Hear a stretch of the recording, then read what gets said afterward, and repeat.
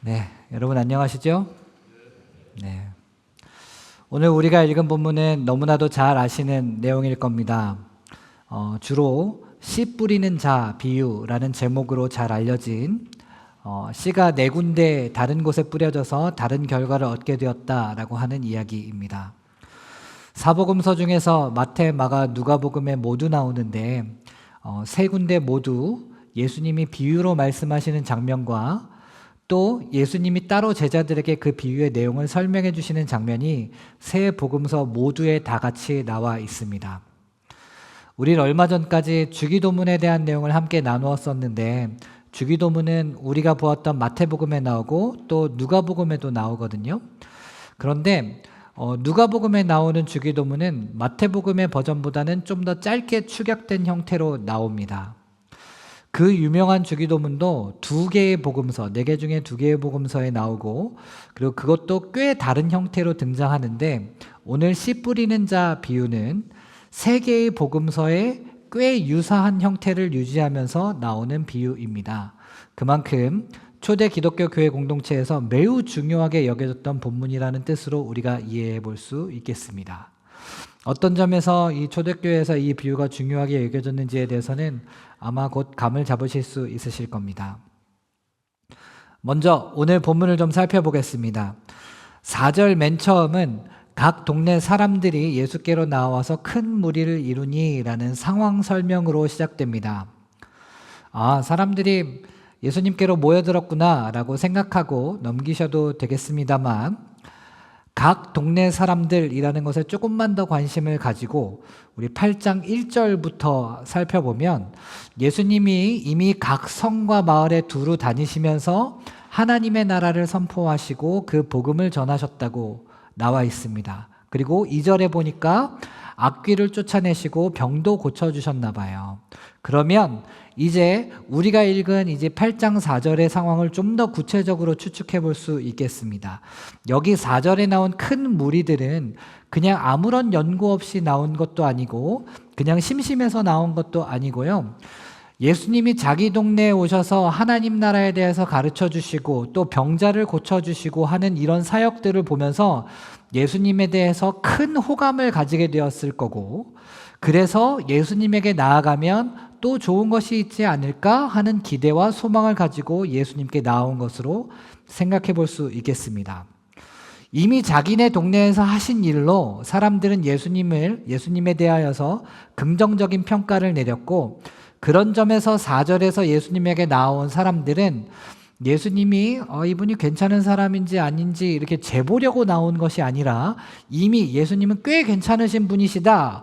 그러니 무슨 말을 우리에게 해줄는지 한번 들어보자 라고 하는 대단히 우호적인 기대를 가지고 나왔다는 겁니다. 그런 사람들을 모아놓고 예수님이 말씀하시는 것이 씨 뿌리는 자 비유였습니다. 씨를 뿌리는 자가 씨를 뿌리러 나가서 뿌렸는데 덜어는 길가에 떨어졌고 덜어는 바위 위에 떨어졌고 덜어는 가시떨기 속에 떨어졌고 덜어는 좋은 땅에 떨어졌더라.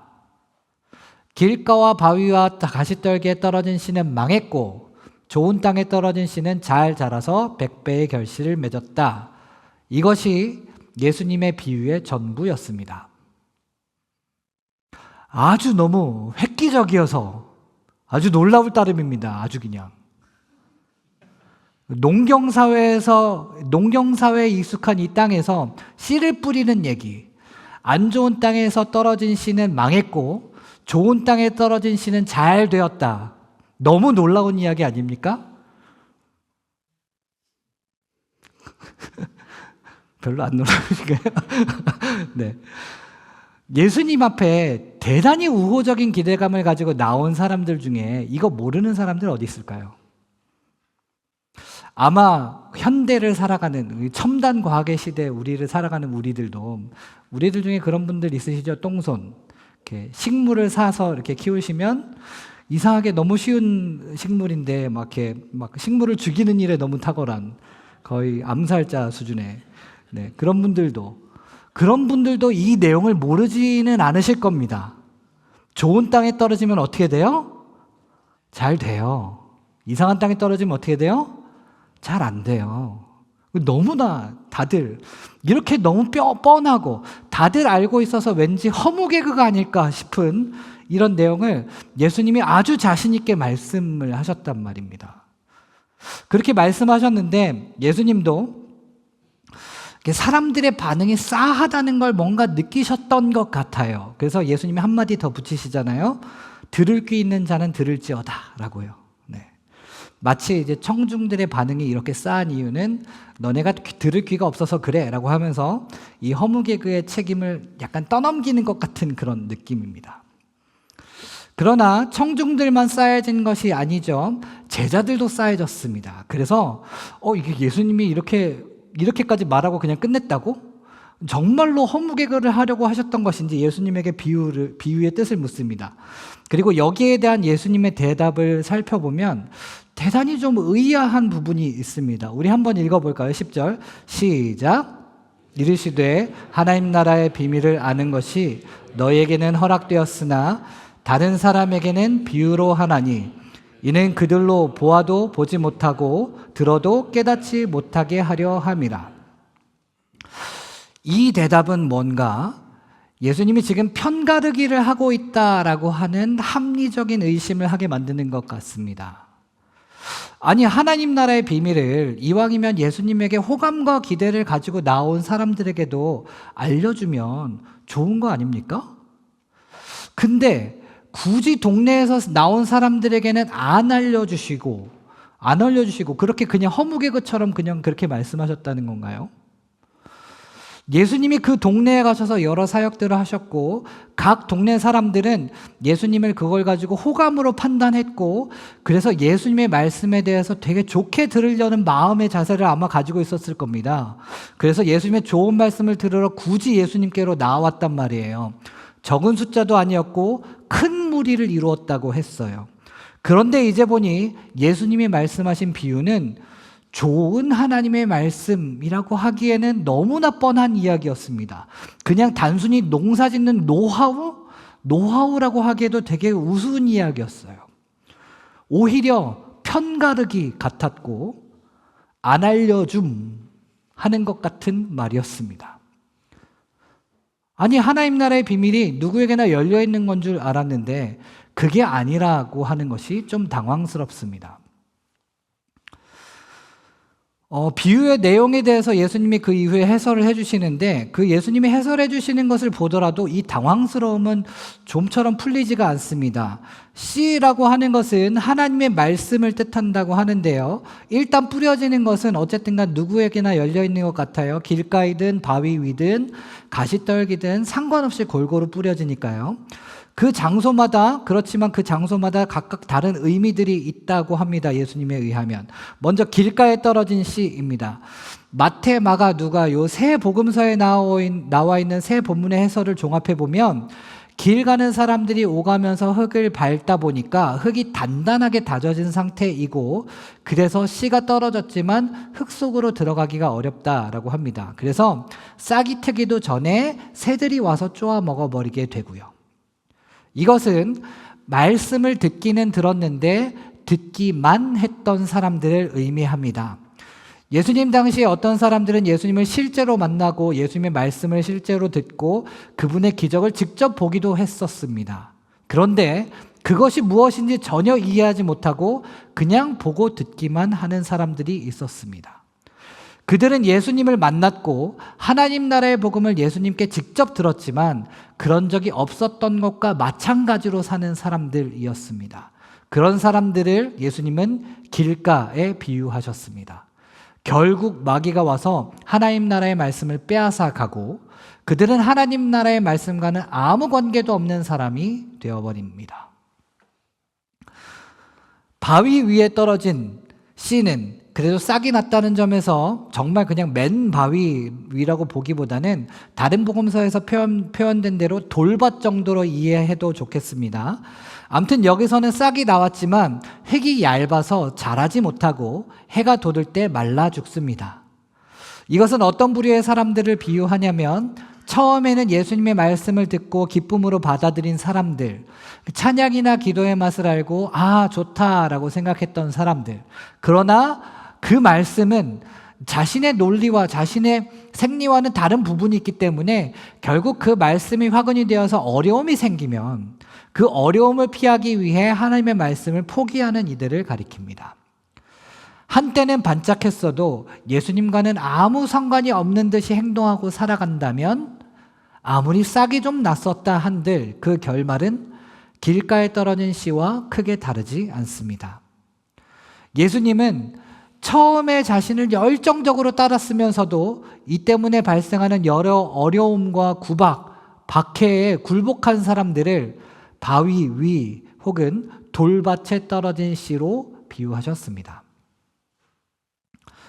가시떨기에 떨어진 씨는 그래도 싹이 나고 자라긴 하지만 생명력이 강한 가시덤불이 토양에서 필요한 양분을 모두 흡수하는 바람에 결국 결실하지 못합니다. 하나님의 말씀을 들은 사람 중에는 신앙의 어려움과 세상의 박해는 잘 견디었으나 생명력이 질긴 가시떨기, 그러니까 세상살이에 대한 염려나 재물의 유혹에 굴복해버리는 부류도 있었습니다. 세상에서의 내 앞가림에 대해서만 모든 물과 양분을 투자하다 보니까 결국 말씀에 대어야 할 물과 양분은 없게 되는 겁니다. 이런 사람들은 예수님의 말씀에 놀라고 또 그 말씀대로 살아가야 한다라고 생각은 하면서도 예수님이 하신 말씀의 진정한 가치는 끝내 찾지는 못하고 결국 물질의 유혹과 삶의 걱정이 너무 진하여 다시 세상으로 돌아간 사람들입니다. 결국 이들의 마음을 사로잡은 것은 예수님의 말씀이 아니라 물질과 이 세상이었던 것입니다. 예수님은 이런 사람들을 가시떨기에 떨어진 씨에 비유하셨습니다. 싹이 나고 자라서 꽃을 피울 수는 있으나 끝내 열매는 맺지 못하는 부류입니다. 위의 세 경우와는 달리 좋은 땅에 떨어져서 100배의 결실을 맺는 씨도 있었습니다. 좋은 땅에 떨어졌다라고 하는 것은 무슨 의미일까요? 길가와 비교해 볼 때 좋은 땅이라고 하는 것은 하나님 나라의 말씀을 듣고 깨닫고 이해하는 것을 의미하겠습니다. 그리고 우리 두 번째 바위 위나 세 번째 가시떨기와 비교해 볼 때에는 하나님의 말씀에 대해서 머리로 이해하고 가슴으로 깨달을 뿐만 아니라 예수님의 말씀 때문에 일어나는 모든 어려움이나 박해나 비난이나 모욕을 모두 견디고 또한 세상살이의 모든 염려나 물질의 유혹을 뿌리치는 그런 값진 싸움을 싸우는 것을 의미합니다. 이런 사람들이야말로 하나님 나라의 열매를 맺는 진정한 예수님의 제자들이라 할 수 있겠습니다. 이렇게 앞뒤 이야기 없이 앞뒤 이야기를 싹 다 지우고 그냥 네 가지 땅 이야기만 보면 1, 2, 3, 4번 중에 4번이 되라는 말이구나. 좋은 땅이 되라는 말씀이구나. 라고 우리가 훈훈하게 새길 수 있겠습니다. 그런데 지금 상황을 보면 예수님에게 지금 호감을 가지고 나온 사람들을 예수님이 지금 돌려보내시면서 얘기하시는 거잖아요. 그 말은 지금 각 동네에서 예수님의 말씀을 들으러 나온 사람들에게 너희는 길가요, 바위요, 가시덤불이니 돌아가라. 이렇게 말씀하시는 거라는 겁니다. 이거 되게 냉정하고 무서운 이야기입니다. 이 말씀을 우리 오늘 예배에 그대로 적용해 본다면 우리가 예배하러 나왔잖아요. 하나님의 말씀을 들으러 나왔잖아요. 그런데 하나님이 이렇게 말씀하실 수도 있다는 거예요. 너희는 예배하러 나왔지만 하나님의 말씀을 들으러 나왔지만 너희는 길가요 바위요 가시덤불이니 돌아가라 라고요. 복음서에는 이런 편가르기 같은 부분들이 이따금씩 나옵니다. 누군가에게는 하나님 나라의 비밀이 알려지지만 다른 누군가에게는 하나님 나라의 비밀이 감춰지는 경우입니다. 예를 들어서 예수님에게 병고침을 받은 환자들이 예수님이 바로 하나님의 아들이셨구나 라고 하는 것을 깨닫게 되지만 예수님은 자신이 하나님의 아들이라는 사실을 다른 사람들에게 알리지 말아라 라고 말씀하시는 그런 식의 일화가 이따금씩 등장해요. 이걸 이제 신학적인 용어로 메시아 비밀사상이라고 하는데 이거 도대체 왜 그러시냐? 왜 편을 가르시냐? 누구에게는 알려주시고 왜 누구에게는 안 알려주시냐?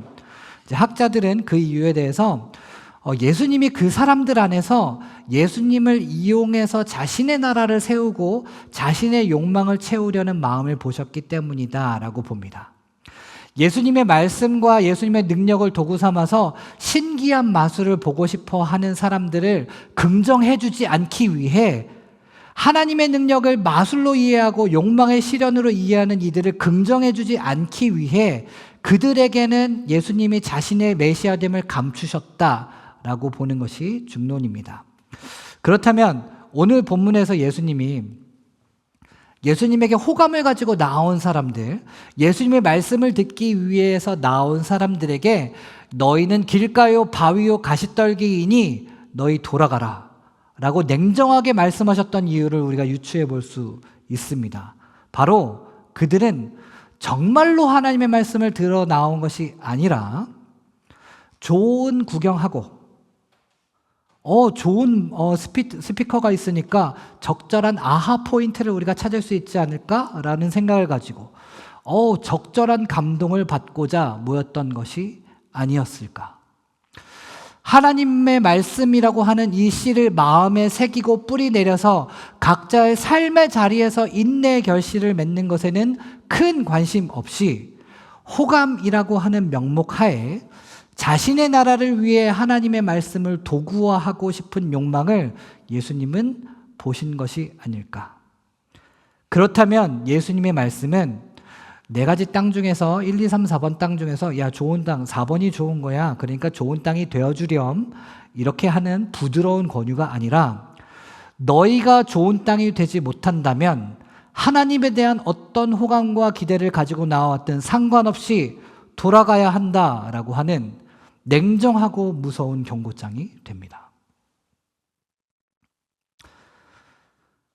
우리 지난 주일에는 말씀 선포, 즉 설교에 대한 이야기를 나누었습니다. 설교가 곧 하나님의 말씀이지는 않습니다.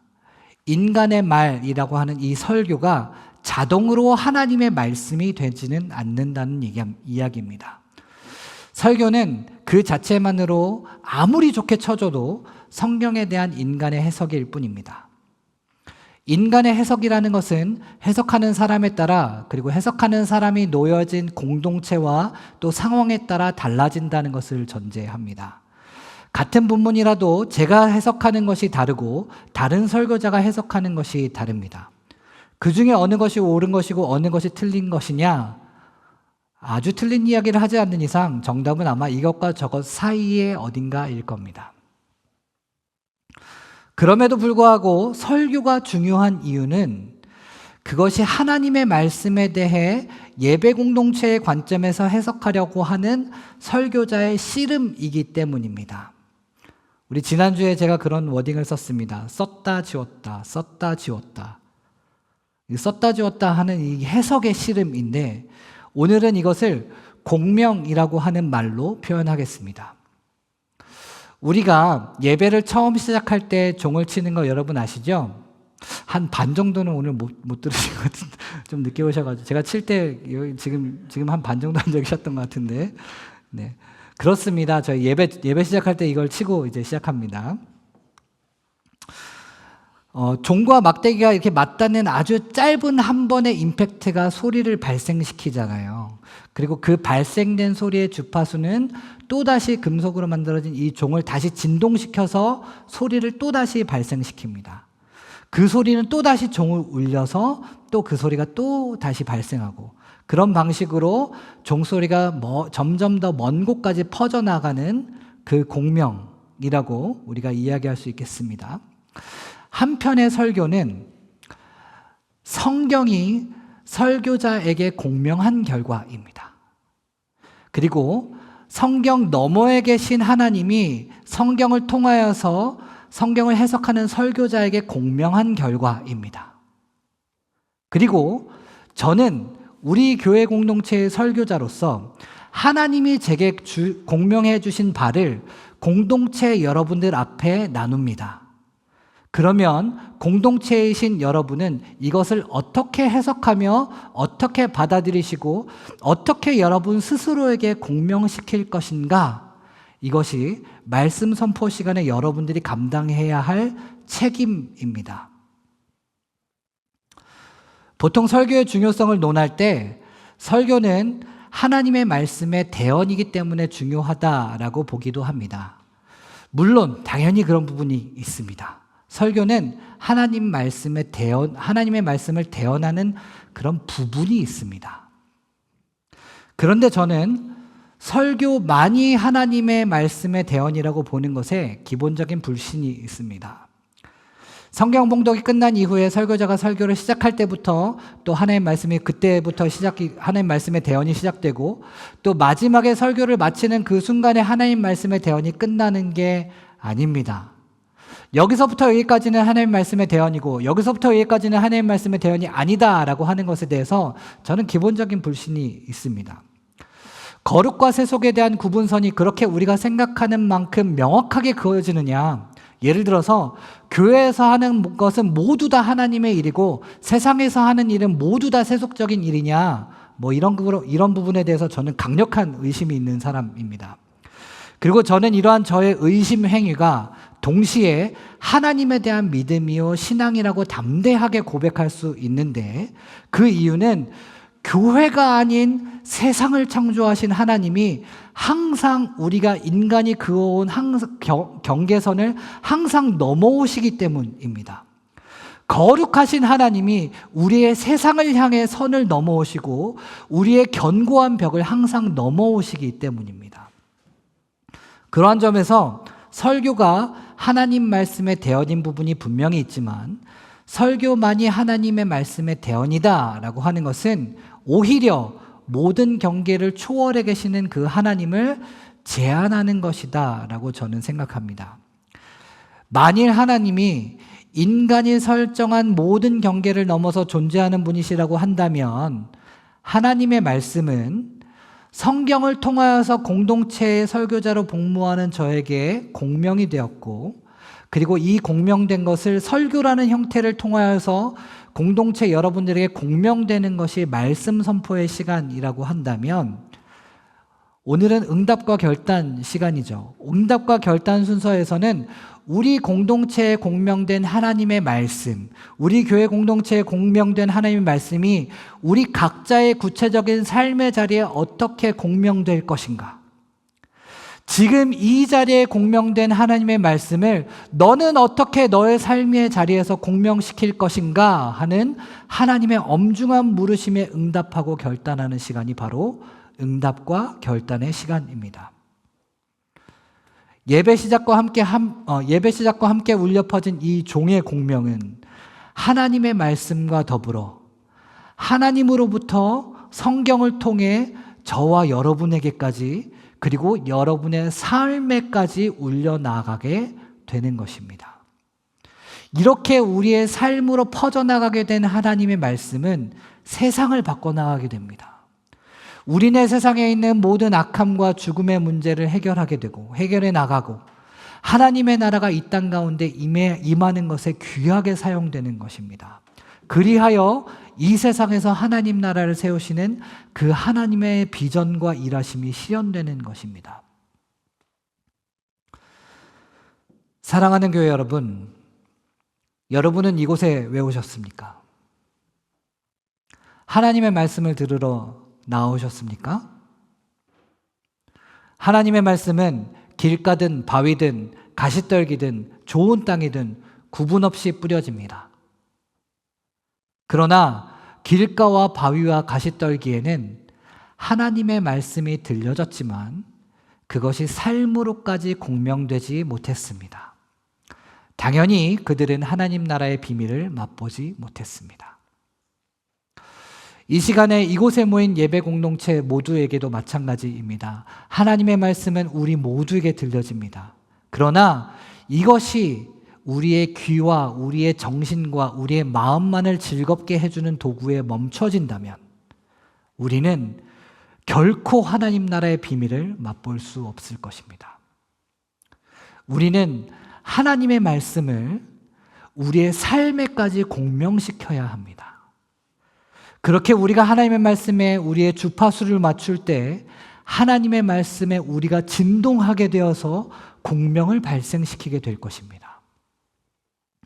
이것은 개별적인 삶의 변화를 가져올 수도 있겠지만 우리는 또한 하나님의 사랑과 정의와 평화를 구현시키는 방향으로, 즉 하나님의 나라를 이 땅에 세우시는 그 하나님의 사역에 동참함으로 이어지게 됩니다. 사랑이 우스워진 곳이 있습니다. 그곳에서 우리가 사랑을 실천하고, 정의가 유린된 곳에서 정의를 요구하고, 평화가 위협받는 곳에서 평화를 선포하는 이 일은 결코 혼자서 할 수 있는 일이 아닙니다. 어떤 한 사람이 일어나서 갑자기 춤을 추기 시작한다면 그걸 보는 사람들은 저거 뭐 하는 거야? 라고 생각할 겁니다. 그런데 한 명이 그 옆으로 가서 또 같이 춤을 추고, 또 한 명이 같이 가서 춤을 추고, 그렇게 많은 사람들이 춤을 추게 된다면 이제는 춤을 안 추고 있는 사람들이 이상해지기 시작해집니다. 마찬가지입니다. 우리가 하나님의 말씀에 공명해서 사랑이 우스워진 세상에서 우리가 사랑을 말하고, 정의가 우스워진 세상에서 우리가 정의를 이야기하고, 평화가 우스워진 세상에서 우리가 평화를 선포하는 일은 웃음거리가 될 수 있습니다.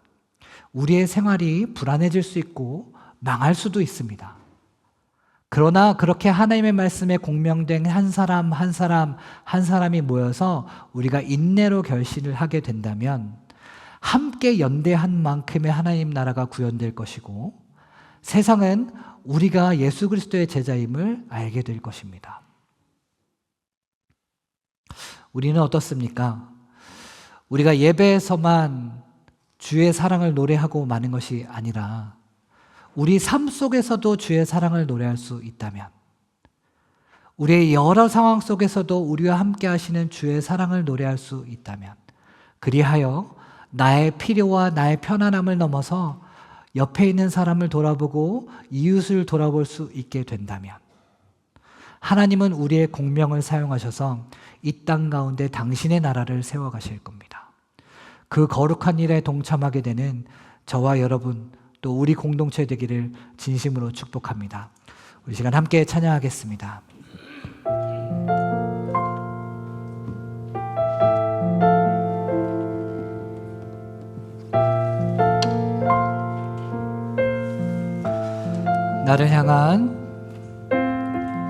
나를 향한 주의 사랑, 산과 바다에 넘치니 내 마음 열 때 주님 나에게 참 자유 주셨네. 늦은 일 속에 거하며 나의 손을 높이 들고 언제나 주님의 사랑을 노래하리.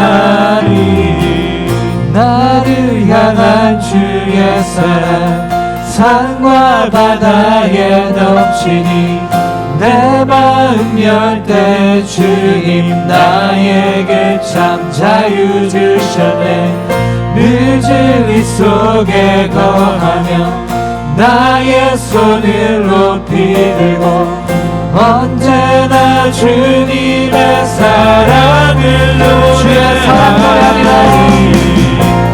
주의 사랑 노래하리라.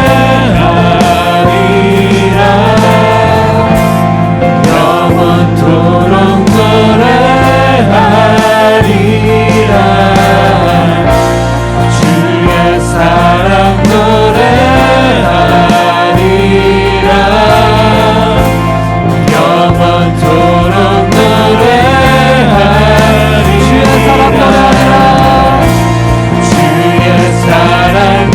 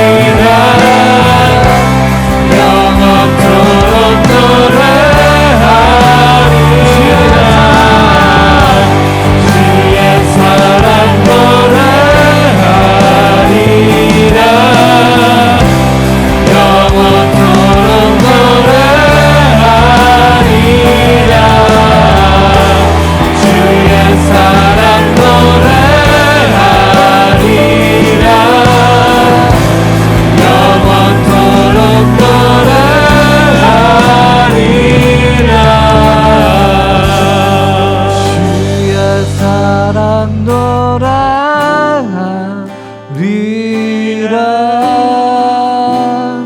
영원토록 노래하리라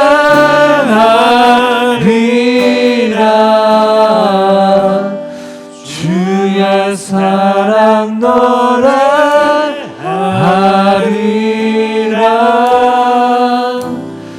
영원토록 노래하리라 여러분들의 목소리로 주의 사랑 노래하리라 주의 사랑 노래하리라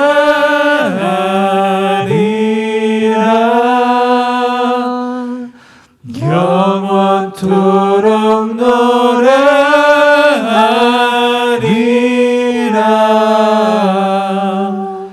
주의 사랑 노래하리라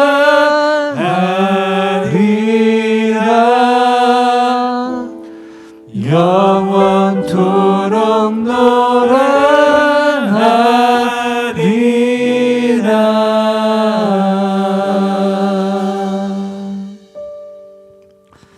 우리 시간 함께 말씀을 품고 우리 자신을 돌아보면서 같이 기도했으면 좋겠습니다. 예수님에게 호감과 기대를 품고 다가갔던 각 동네 사람들은 하나님의 말씀을 들으러 갔을 뿐 하나님의 말씀을 품고 그것을 자신의 삶에 공명시킬 마음은 없었던 것 같습니다. 그들은 예수님에 대한 우호적인 기대감이 있었지만 예수님은 무서울 만큼 냉정하게 사람들을 돌려보내셨습니다. 하나님의 말씀을 들으러 오늘 함께 예배하는 우리에게도 다르지 않을 겁니다.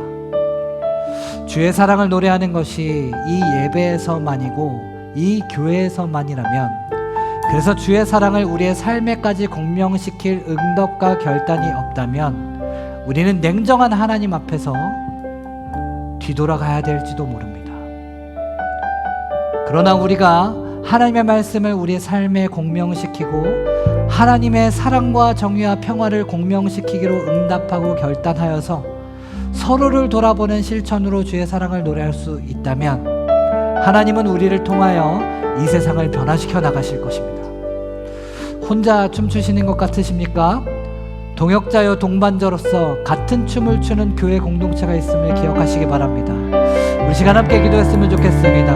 하나님, 하나님의 말씀을 들을 때 나의 귀와 마음을 위하여 듣지 않게 하시고 하나님의 말씀을 나의 삶에 공명시키게 하여 주시옵소서. 주의 사랑을 예배에서뿐만이 아니라 삶 가운데서도 노래하게 하여 주시옵소서.